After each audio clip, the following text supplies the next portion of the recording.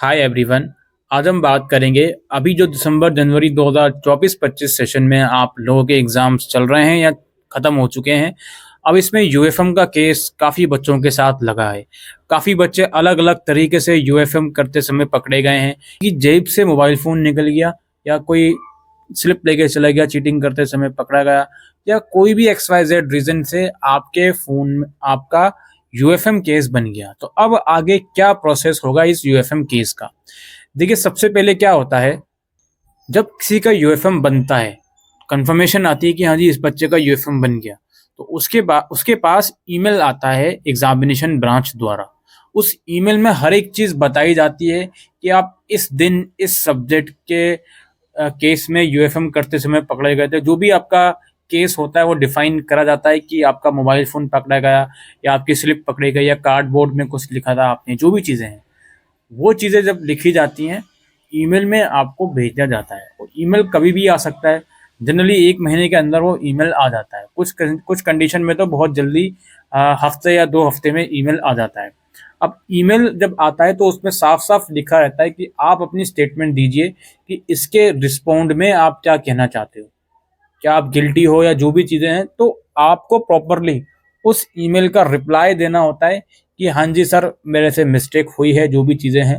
ठीक है, ऑब्वियस सी बात है, जब बच्चा कोई चीज़ में पकड़ा गया है, चाहे उसकी गलती ना हो, अब आगे बचने के लिए उसको बहुत ही हम्बल रहना पड़ेगा अपने रिस्पॉन्ड में। मैं यहाँ पे रिस्पॉन्ड का फॉर्मेट नहीं दूंगा क्योंकि वो जायज़ नहीं है। आप अपना खुद से रिस्पॉन्ड लिखोगे कि सर ऐसे ऐसे हुआ था, अब मैं माफ़ी मांगता हूँ, प्लीज़ मुझे इसकी सज़ा मत दीजिए। ऑब्वियस सी बात है, हर कोई यही चाहेगा कि उसको सज़ा ना मिले।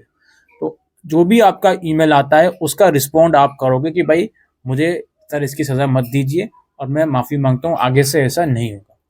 जब आप ये कर दोगे, फिर उसके कुछ समय के बाद दोबारा से आपको ईमेल आता है और उसमें बताया जाता है कि अब एक्चुअल में आपको क्या पनिशमेंट दी जा रही है। क्या आपको कोई ऐसा क्लॉज लगा दिया गया है जिसके वजह से आपके उस पर्टिकुलर सेशन के सारे पेपर कैंसिल हुए, या आपको कोई ऐसा क्लॉज लगाया गया है जिसकी वजह से आपका सिर्फ उस पर्टिकुलर दिन का पेपर कैंसिल हुआ। जी हाँ, जनरली 2 क्लॉज लगते हैं। एक तो ये कि सारे सेशन के सारे पेपर कैंसिल हो गए, ये क्लॉज जनरली तब लगता है जब मामला बहुत सीरियस होता है। और दूसरा क्लॉज है कि सिर्फ उस पर्टिकुलर दिन का पेपर कैंसिल हुआ। कुछ कंडीशन में ऐसा देखा गया है कि वो लोग क्लोज नहीं लगाते, वो लोग छोड़ देते हैं। लेकिन ज़्यादातर कंडीशन में जब आप यूएफएम के केस में पकड़े गए हो तो क्लोज लगता ही लगता है, चाहे वो सारे पेपर कैंसिल करने वाला हो, चाहे वो सिर्फ एक पेपर कैंसिल करने वाला हो।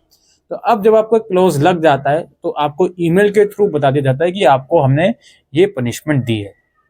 अब इसके बाद क्या होता है, जब आपका प्रोग्राम का रिजल्ट डिक्लेयर करती है यूनिवर्सिटी, उस रिजल्ट में आपकी मार्कशीट शो नहीं होती।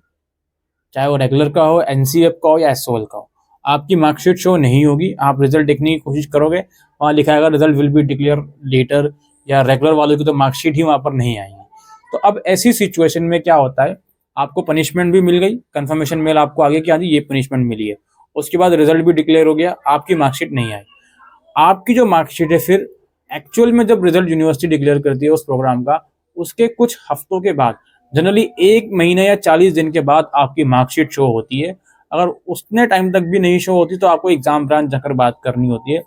फिर उस मार्कशीट में आपको जो भी चीज़ें हैं, अगर आपका ऐसा क्लोज लगा है जिसमें सारे पेपर कैंसिल है तो उसमें लिख कर आता है ईआर वगैरह सब सब्जेक्ट में, या फिर उस पर्टिकुलर दिन का पेपर कैंसिल करा होता है तो सिर्फ उस सब्जेक्ट के आगे ईआर लिख कर आता है। ठीक है, और ये कब आता है आपका रिजल्ट, जो जनरल रिजल्ट जब यूनिवर्सिटी डिक्लेयर करती है उसके लगभग 1 महीना या 40 दिन के बाद। और फिर आगे की एक्टिविटीज़ आपको फिर करनी होती है अगले सेमेस्टर के लिए, जो भी सारी चीज़ें होती हैं। तो ये सारा यूएफएम का प्रोसेस होता है। यूनिवर्सिटी ने आई थिंक अपनी वेबसाइट पर यूएफएम का एक पोर्टल बनाया हुआ है जिसमें आप शायद अपना स्टेटस वगैरह भी चेक कर सकते हो कि आपकी एप्लीकेशन का क्या स्टेटस है, वो सब चीज़ें। ऑलराइट, तो ये सारी इन्फॉर्मेशन हम इस वीडियो में देने आए थे। बस इतना कहूँगा, जो भी आपको रिप्लाई करना है वो सोच समझ के कीजिएगा, अपनी गलती मानिएगा उसमें, सो दैट आप लोग बच सको इस यूएफएम केस से। बचना मुश्किल है लेकिन बच सको तब भी।